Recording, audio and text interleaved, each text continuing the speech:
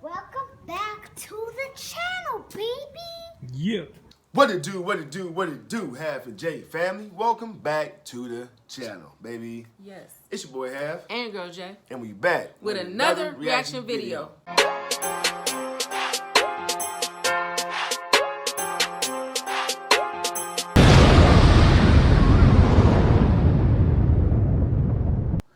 Alright, y'all, so we back once again, man. Hope y'all enjoying y'all day.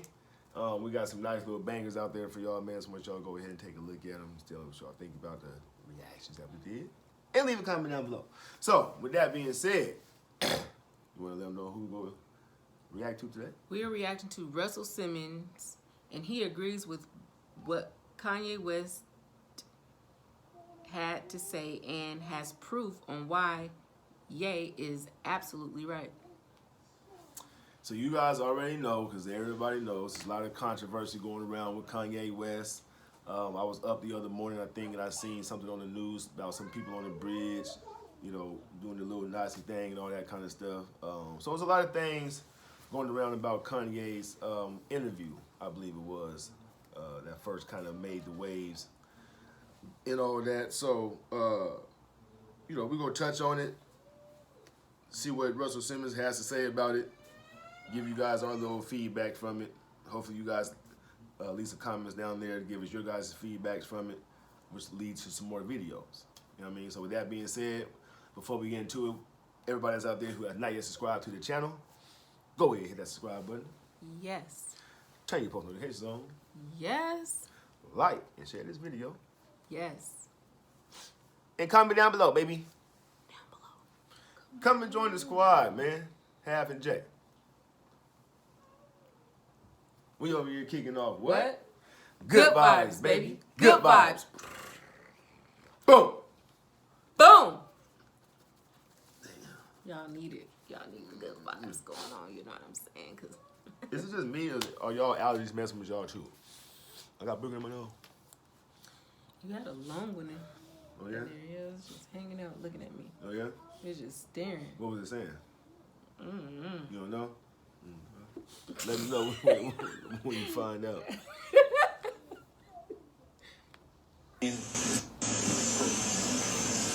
All right.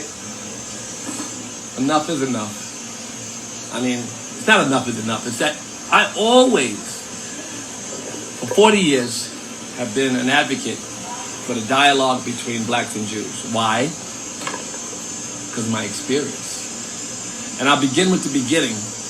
When I was a child, I was in the hood, and it was by all accounts a ghetto. I mean, we were underserved community. We were all black. We were mostly in poverty. But I was bused to a school, a white school, in a white neighborhood. Archie Bunker's neighborhood, because from Queens, over there was Archie Bunker's neighborhood. And I would go there in public school, and they would chase me. The Greenways, the Irish gang, would chase me. And the only place I could go was in this community, this little co-op buildings, co-op buildings. And these co-op buildings, I didn't know until later, were Jewish. Me. So there was my first experience with Jews. I didn't know they were Jews. They were white, all white to me, right? But they were Jews. They were my first experience where Billy Lampert and Richard. So these kids, their families protected me. All right, flash forward, I get adult, and I get in the record business, and I meet Rick Rubin and Leo Cohen, and they're my first partners in music, and they were very, very good partners. They did their job, I did mine. And during that time, I was growing as a manager. We had so many bands. I represented so many bands, from the Beastie Boys, and LL Cool J, Public Enemy, and Slick Rick, so we were the managers. And I would go, my friend Jeff Wald, who was a mentor of mine, Jewish guy, just died, one of my best friends throughout my entire adult life. I went to his wedding, he married his African-American woman, Deborah, who I adore, and his daughter, Sarah, is my family. He married Helen Reddy. Okay, so Jeff Wald, my dear friend who just died, took me on vacation to the Koala Hilton in Hawaii, and all the senior executives and chairmen of the music companies were there. Now here I am, a young black man at the Kahala Hilton. Everybody there is Jewish. The entire community there is Jewish. And everybody there is way more successful than me. So I'm running around sucking up the knowledge. Like I'm learning the game. I'm sucking up game. And I became friends with all. The only person who came once that wasn't Jewish was Ty Mottola, but he never came back. But all of them, the Seymour Stars, whoever they were that were chairmen, I was their friend. And I was a person they would look to kind of help a little bit. And they helped me later on. I might tell that story, but probably don't have time. With the Public Enemy problem, I went right there and tried to fix the fight between Public Enemy and some of the members of the Jewish community. But they empowered me, and I learned a lot, you know, and Jeff Wall was my supporter. And all the chairmen of the music industry were Jews. But you got to flash back before that all the first artists who became pop and who got on the radio and everything else were promoted by Jews. So the Jews did what the WASP didn't want to do in that case. In the music industry, they were the ones who, I mean, of course there was some exploitation, but then who wouldn't exploit an opportunity when no one would help you but the one guy? So the one Jew would say, I'm going to do this, and some of the deals were very fair, some were not so fair, but they were the only game in town. The Jews helped empower blacks early on in music. But for me, they empowered me, and eventually I got a record deal, and we had great success. Next was fashion. There was no such thing as black people in the fashion business at all. At all. And then I ended up with 75 at least licenses. The bags, the belts, the underwear, the wallets, the leather goods didn't include the belts. The belts were separate. The lingerie, the jeans, the leather coats, and the hoodies separate. And then the bomber coats separate. So all these separate businesses were my partners in licensing Fat Farm. And they were all from one community. No, not all, but most from one community, the Syrian Jewish community. And so I was partners with all these Syrian Jews and no WASP. There were WASP in the fashion business, as you might imagine, but none of them were my partner. So I had all these Jews, and they put me in the business. I put Jay-Z in business with some Russian Jews versus the Syrians. But I put him in business. I put Nelly in business with a Syrian Jew, Ruby Azrak, and he and them, they did $100 million one year. They must have done $500 million in gross. Huge company. It was called, what the fuck was Nelly's clothing company called? Whatever, I'll come to it later. But Nelly had, as you remember, Apple Bottom, right?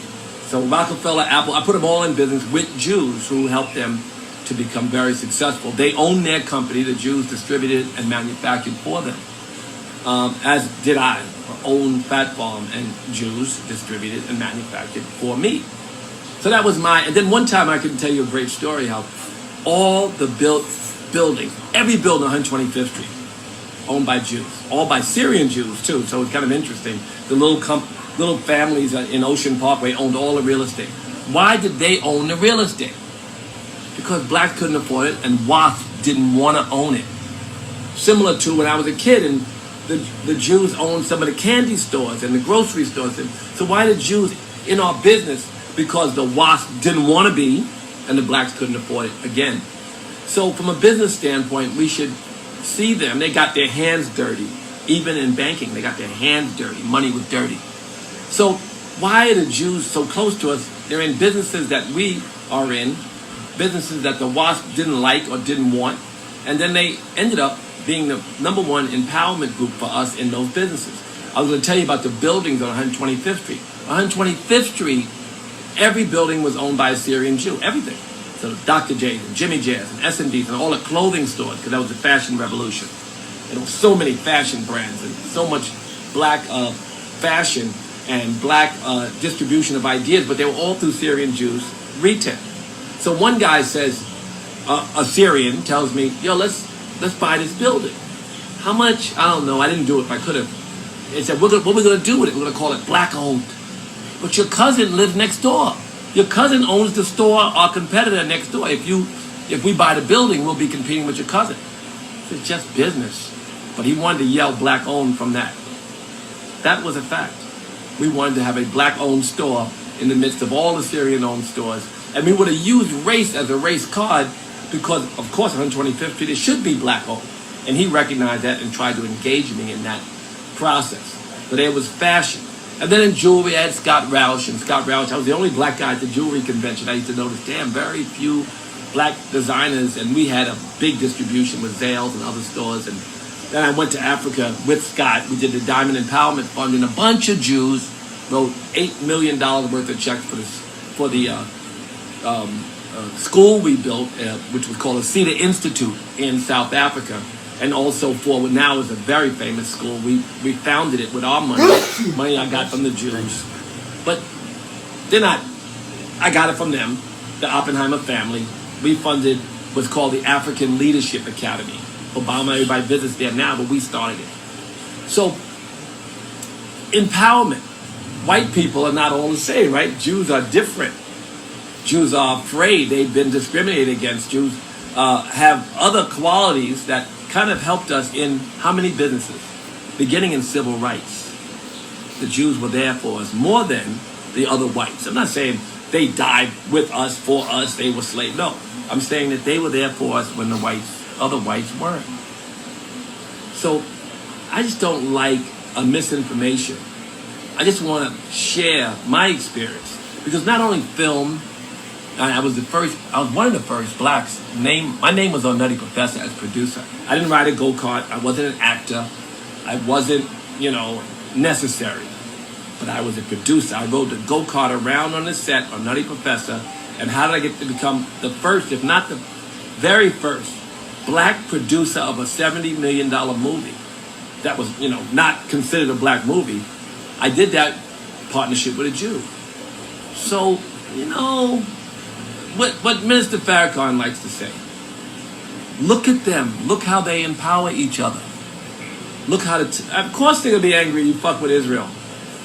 That's one of their favorite pet peeves. And of course, if you threaten their safety after having been through what they've been through, then of course they will be like pit bulls. I mean, I say they, I don't mean the collective. I mean parts of the collective, right? Because I don't mean everybody. Right. When I say the Jews, I don't mean every Jew. Right. Many Jews don't care about Israel, but a great number do.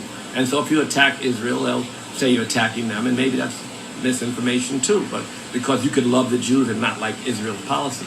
But all of these things, it's not so complex. The Jews are where the wasp let them be. They don't control everything. They control what wasp let them control. And that's really our experience and reality. And what they let them control, whether it's parts of the music business, parts of the film business, the film business, Jews were there. And, largely, we have made great gains lately. And, of course, no one is there to advocate only for the black community or for the black community. But we've made good gains. But I do say that I have nothing but experiences of empowerment in film, television, fashion. Oh, Rush Card, 50.1% owned by a black man. It was a black bank, a black empowerment bank that underwrote the Million Family March. Thumbs up in the comment section if y'all had a Rush Card, man. I know I had. Well, I had a black one. I had a pink one with the little cat on it. Was that from the Fat Foreign one? Baby Fat? Yeah. I had the Rush Card. But whatever happened to the Rush Card? And you know what? It's crazy because when I was packing up my stuff, I found my Rush Card. That's crazy. I found it. That's crazy. I wonder what happened to that, man. I hope he says what happened to it, but I remember the Rush Card. That's crazy, though, the Rush Card. Percent owned by a black, 50.1% owned by a black man. It was a black bank, a black empowerment bank that underwrote the Million Family March. My partner is David Rosenberg, my lifelong friend and partner, another Jew, who's still my lifelong friend and partner. So, if we talk about our oppressors, we talk about, let's get a little further than what's in front of us, and let's see the bigger picture. Let's not blame any group, but blame a mentality and infrastructure. Let's blame things that we can work to change. Attacking individuals or communities may not be our way out. Right. I've been the chairman of the Foundation for Ethnic Understanding for 25 years before I stepped down after being scandalized. And what I did was bring people together. And this blog and this statement I'm making is meant to bring people together, to look to empower each other, and to really look deeper into who we are blaming for our current situation. Right. And can we not blame, but be like the Jewish community? That's facts right there, though. That's facts right facts, there, though. yeah. And Russell and them, they always been on that type of movement, though, like Right. empowering and bringing together unity and all that. They've been on that wave for a very, very long time, you know. And what he's stating is 100% facts, because Russell Simmons goes way back in the music industry, way back. You know what I mean? And what he's saying is basically the Jews helped him get in position of where he's at. Oh yeah. You know what I'm saying? Like they understand us as an African American, of where we've been from, of where we come from, the hurt that we had, the pain that we endured, because they've been enduring it longer than we have. You know what I'm saying? So he's speaking nothing but facts on that, man, and I applaud him for putting that out there like that, though. Right. You know what I'm saying? Letting people understand that there's no need for you to not like the Jews. Like, you know what I'm saying? Like they're like he said, they're teaching empowerment within themselves. Like we need to learn from them. Right. You know what I'm saying? And in every racial ethnicity, in every ethnicity, you know, you have bad people. Oh yeah, yeah. You have really evil people, right, and you have the good people. And I think the majority of good people outweighs the bad in every race. And I feel in every race. Absolutely. I do. Because it would be a whole different world if it was the other way around. Right. Yeah. And I feel that Kanye was, you know, speaking on his bad experiences that he had. And I don't think he, like I said, I don't think he purposely was saying it for the whole Jewish community. You know what I'm saying? Right. I'm sure there was a few Jews that put him in position to become who he has become. You know. Exactly. So exactly. You know. So I think he, you know, he had a very bad experience. Right. And can we not blame, but be like the Jewish community and come together and empower each other? That's really the mission of this blog, to empower each other and to borrow and learn from the lessons. The Jewish community, they were lucky enough to have culture and religion and a lot of similar qualities that bonded them together, including torture, including oppression. But they were lucky enough to have a culture. They weren't robbed of their names, their culture, their religion, their God. They weren't robbed of these things. So at least they had that. And this is how they survived. So when they feel threatened, I mean, even the collective, when the group feels threatened, yes, they will exude whatever power they can to protect themselves and their future. But it's best don't attack them, because they've done what anybody would do, what any community should do. They've empowered each other. And they've also showed enough compassion and support to empower all of our civil rights initiatives. And that's, you know, the NAACP is funded by Jews, was in the beginning. And, you know, and they got in quite a bit of trouble. I bet a lot of people probably didn't know that. Because I didn't know that. Me neither. You know what I'm saying? Like, you know, listen. Everybody, I'm just going to say this real quick. I'm just going to keep going. But that's why you're supposed to do your research and do your homework and figure out, you know, what you're talking about before you speak on it. That's all, you know. So I never knew that. They funded the NAACP, so, you know.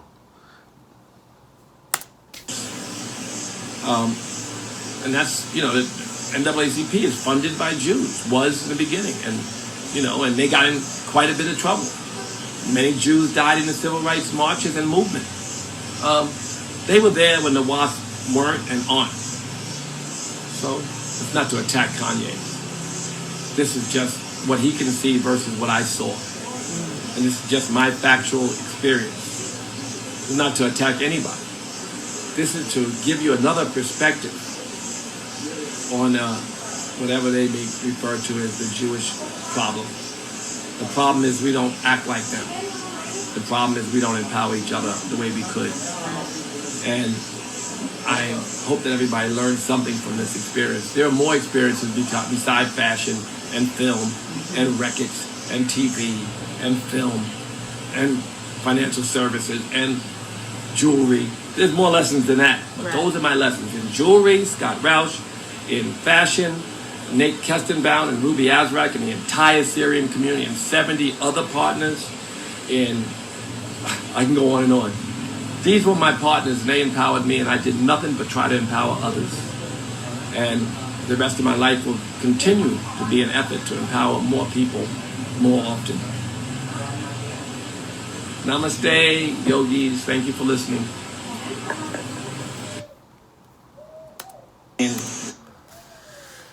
That's right, Russell, man. You know, teach that or preach that empowerment, man. That's what I wish one day, and I know I probably won't be here if that ever happens, but I hope one day.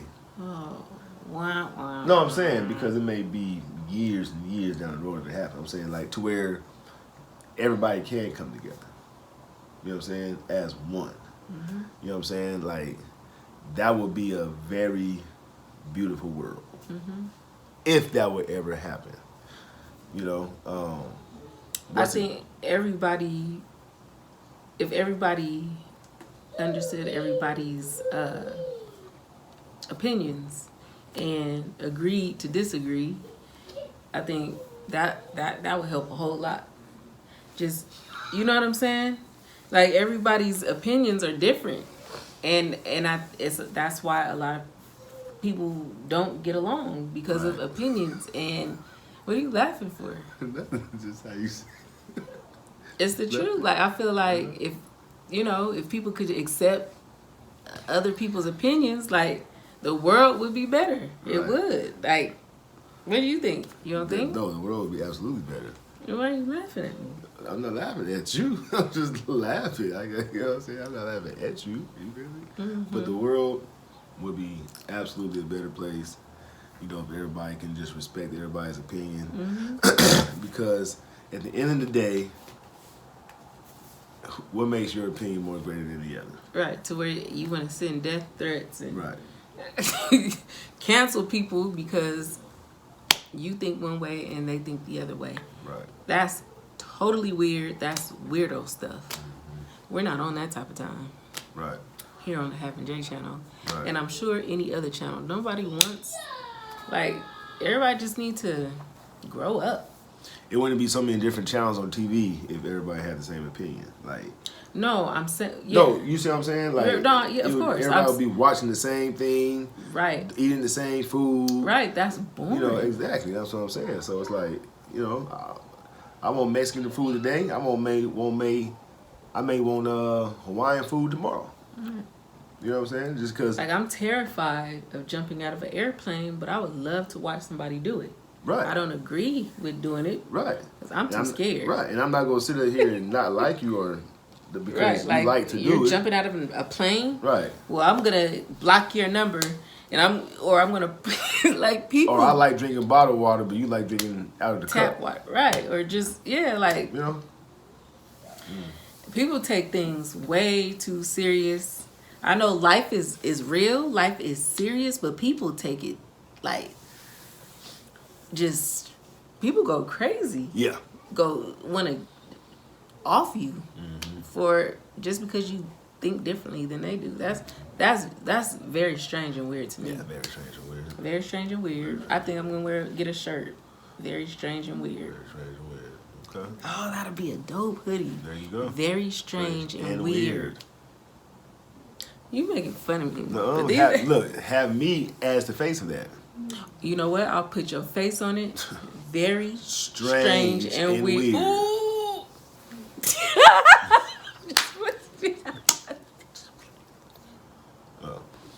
So anyway, y'all, we hope y'all enjoyed that reaction. Let us know what y'all thought about it. Yes. Please comment down below. Yeah. What are your thoughts?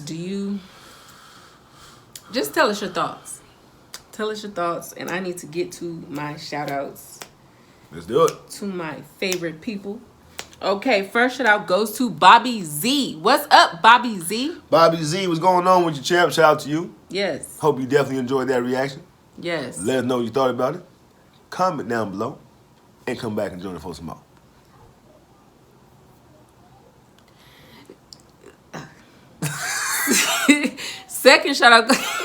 Second shout out goes to Sadly True. What's up, Sadly True? Sadly true. Shout out to you. Hope you definitely enjoyed that reaction. Come back and join us for some more and comment down below. Oh yeah, you need to go to sleep. I do too. Hey, we're sleepy. We're talking too much. We're delusional right now. But Yeah, these reactions been all over the place. Man, they've been right. We talk All over the Hey place. y'all, we've been talking about everything But the reaction. but the reaction. Right. I'm sleepy. Like I'm really sleepy. I'm hungry. I'm past sleepy. I'm starving. I'm like past sleepy. What's past sleepy, y'all? Huh? I don't even want to say what past sleepy is. Oh, you don't? No.